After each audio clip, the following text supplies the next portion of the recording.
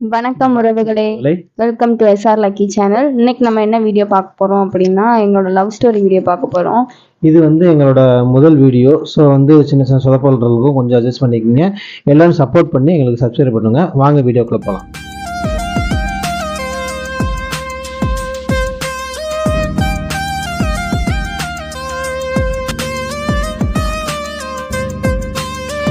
நான் 12th முடிச்சுட்டு இங்க இருக்க யாதவா காலேஜில் வந்து ஜாயின் பண்ணியிருந்தேன். அப்போ ஒரு சின்ன இஷ்யூ, அதனால நான் வந்து எங்களோட சொந்த ஊருக்கு போற மாதிரி ஆயிடுச்சு.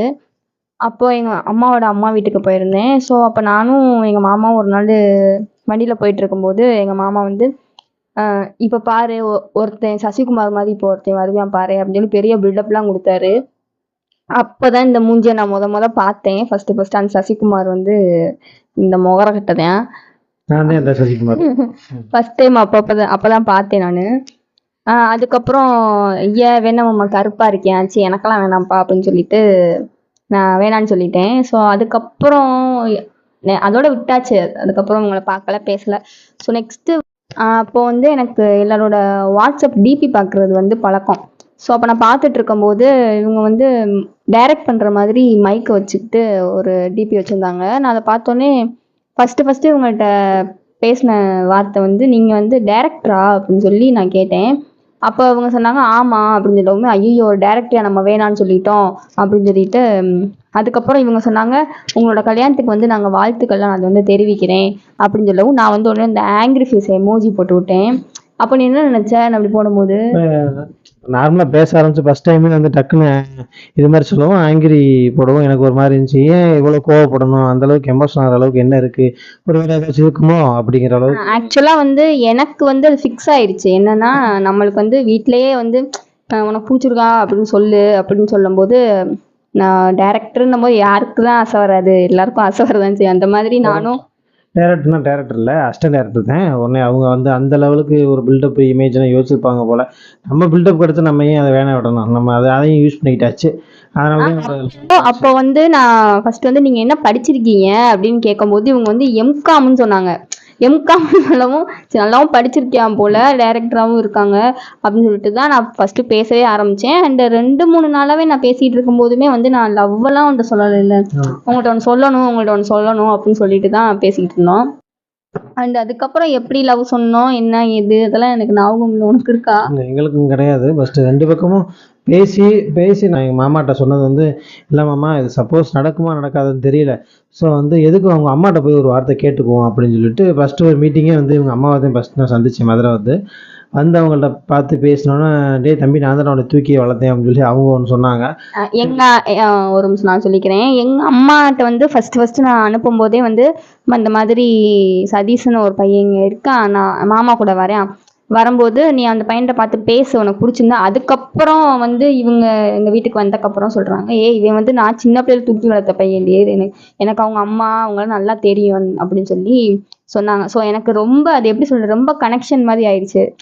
முடிஞ்சிரும், நம்மளுக்கு ஒத்துக்குவாங்க அப்படின்ற ரொம்ப ஒரு ஹோப் வந்துருச்சு. நானே எனக்குமே இவங்க அம்மாட்ட பேசினதுக்கு அப்புறம் தான் ஒரு கான்ஃபிடென்ட் வந்துச்சு. ஃபஸ்ட்டு நம்ம மீட் பண்ணி பேசிக்கிட்டு இருக்கப்போலாம் இது நடக்குமா நடக்காதா அப்படிங்கிற ஒரு சின்ன ஒரு ஸ்ட்ரகிள் இருந்துச்சு.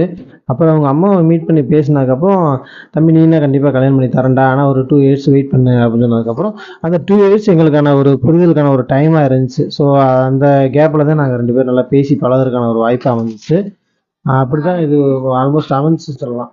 நான் வந்து ஃபர்ஸ்ட் எங்க அம்மாட்ட பேசினது வந்து, அம்மா நான் சதீஷ்ட ஃபோனில் பேசவா அப்படின்னு சொல்லி ஃபர்ஸ்ட் கேட்டேன். எங்கள் அம்மா வேற எதுவும் பிரச்சனை ஆகலாம், ஏன்னா எங்கள் மாமாவுக்கு மட்டும்தான் தெரியும், மற்றபடி அந்த ஃபேமிலியில் யாருக்குமே தெரியாது.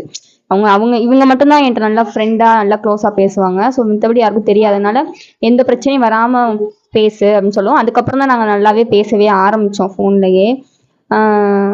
அதுக்கப்புறம் மெயினான ஆள் எங்கள் அம்மாவுக்கு தெரிஞ்சிருச்சு, அவங்க அம்மாவுக்கும் தெரிஞ்சிருச்சு. ஸோ அதனால் நல்ல க்ரீன் சிக்னல் மாதிரி ஓகே அப்படின்னு நாங்கள் நல்லா போய்கிட்டு இருக்க சமயத்தில் 2 பேரும் கொஞ்சம் ரொம்ப சேட்டை பண்ண ஆரம்பிச்சிட்டோம், ஃபோனில் பேசுறது பண்ணுறது. ஸோ அங்கே இருக்க எங்கள் மாமாவை தவிர மித்த இருக்கவங்க எல்லாத்துக்கும் தெரிய ஆரம்பிச்சிருச்சு.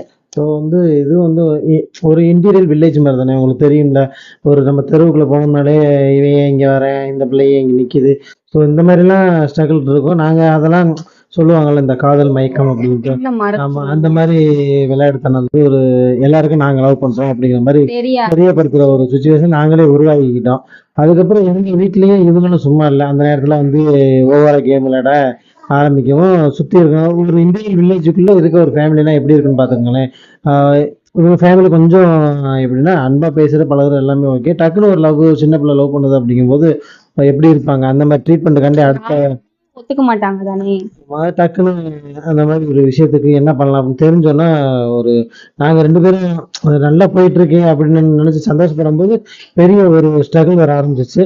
அது என்னன்னு நம்ம வந்து கண்டிப்பா அடுத்த வீடியோல நல்லபடியா பார்ப்போம் வரவங்களே. நீங்க இதுவரையும் நீங்க வந்து வெயிட் பண்ணி நாங்க பேசுனதை கேட்டதுக்கு ரொம்ப நன்றி. ஏதாவது சின்ன சொதப்பல்கள் ஏதாச்சும் இருந்தா நீங்க மன்னிச்சுங்க. இது எங்களோட ஃபர்ஸ்ட் வீடியோ, அதனால எங்களுக்கு லொகேஷன் எதுவுமே செட் பண்ண தெரியல, ஏதோ பண்ணியிருக்கோம். நீங்க எந்த குறைனாலும் நீங்க கமெண்ட்ல எங்களுக்கு சொல்லுங்க. ஸோ நாங்க அதை கேட்டுட்டு நாங்க நெக்ஸ்ட் அடுத்தடுத்து நாங்க இது பண்றோம். எல்லாருக்கும் ஒரே ஒரு சின்ன இதுதான், எல்லாருக்கும் கண்டிப்பா ஒரு யூடியூப் சேனல் தொடங்கணும், நம்ம லைஃப் பத்தி சொல்லணும் அப்படின்னு கண்டிப்பா ஒரு எண்ணங்கள் வந்து கன்ஃபார்மா இருக்கும். எல்லாரும் அதை செய்ய முடியாது, அவங்களுக்கு உள்ள வேலைகள்னால செய்ய முடியாது. ஆனா எங்களோட லைஃப் எல்லாரோட லைஃபோட ஒத்து போற மாதிரி கண்டிப்பா வந்து அமையும் நாங்களும் நினைக்கிறோம். உங்களோட கஷ்டமா நாங்க வந்து உங்க உங்க மனசுல இருக்கிற நாங்க சொல்ற மாதிரி நீங்க நினைச்சுக்கிட்டு எங்களுக்கு சப்ஸ்கிரைப் பண்ணுங்க. கண்டிப்பா நெக்ஸ்ட் வீடியோல உங்களை சந்திக்கிறோம் உறவுகளே. நன்றி. Bye. பாய்.